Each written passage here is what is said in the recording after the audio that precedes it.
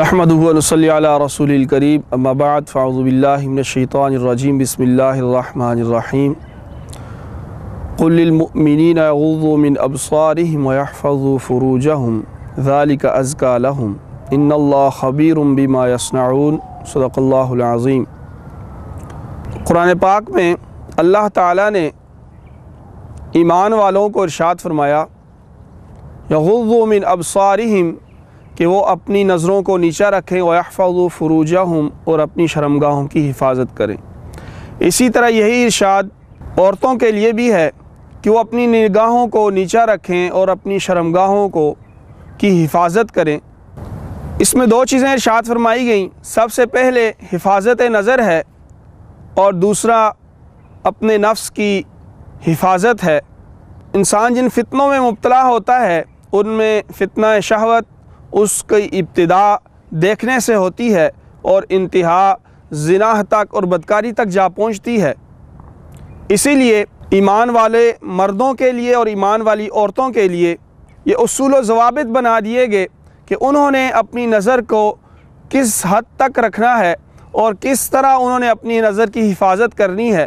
جب نظر کی حفاظت ہوتی ہے تو اس سے دل محفوظ رہتا ہے، اور جب دل کی حفاظت ہوتی ہے تو انسان شیطانی وساوس اور اپنے نفس کے بہکاووں میں نہیں آتا۔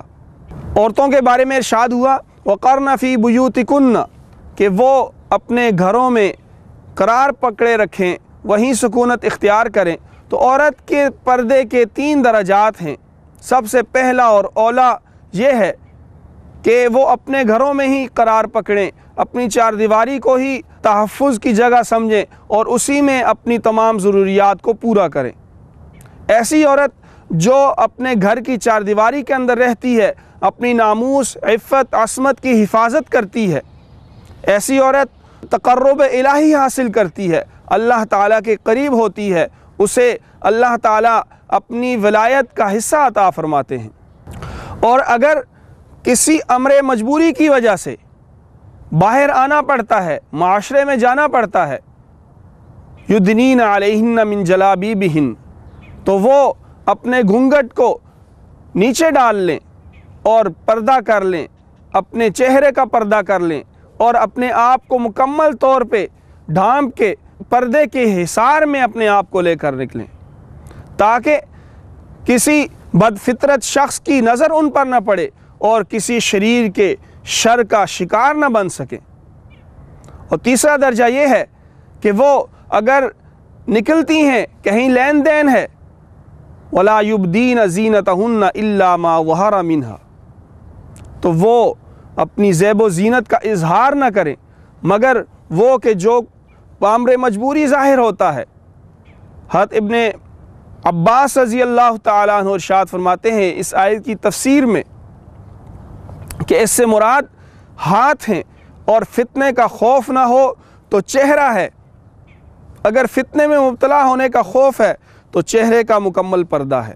جس طرح ایمان والے مردوں کے لیے یہ ہے کہ وہ اپنی نگاہوں کو نیچا رکھیں، کسی غیر محرم کے اوپر ان کی نگاہ نہ پڑے، اسی طرح ایمان والی عورتوں کے لیے بھی یہی حکم ہے کہ وہ اپنی نگاہوں کو نیچا رکھیں اور کسی غیر محرم مرد کے اوپر ان کی نگاہ نہ پڑے۔ ام المؤمنین حضرت میمونہ رضی اللہ تعالی عنہ، حضرت زینب رضی اللہ تعالی عنہ نبی کریم صلی اللہ علیہ وسلم کے پاس تھیں۔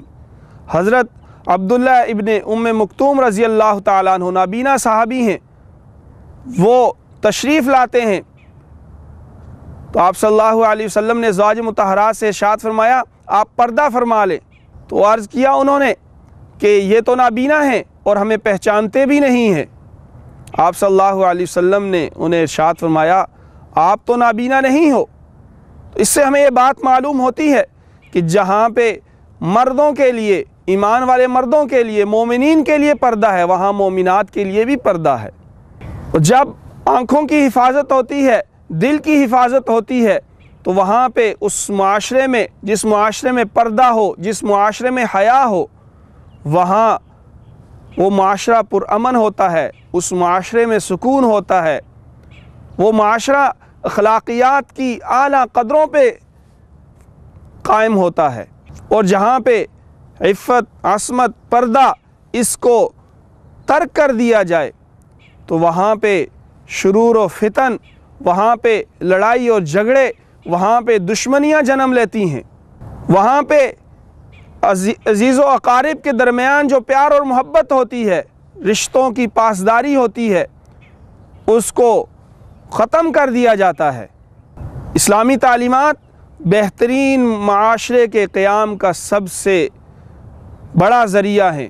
جس معاشرے میں ان کو مضبوطی سے پکڑا گیا ہوتا ہے وہ معاشرہ پرامن بھی ہوتا ہے، وہ معاشرہ باعزت بھی ہوتا ہے۔ اللہ کریم سے دعا ہے اللہ کریم ہمیں اس پر عمل کرنے کی توفیق عطا فرمائے۔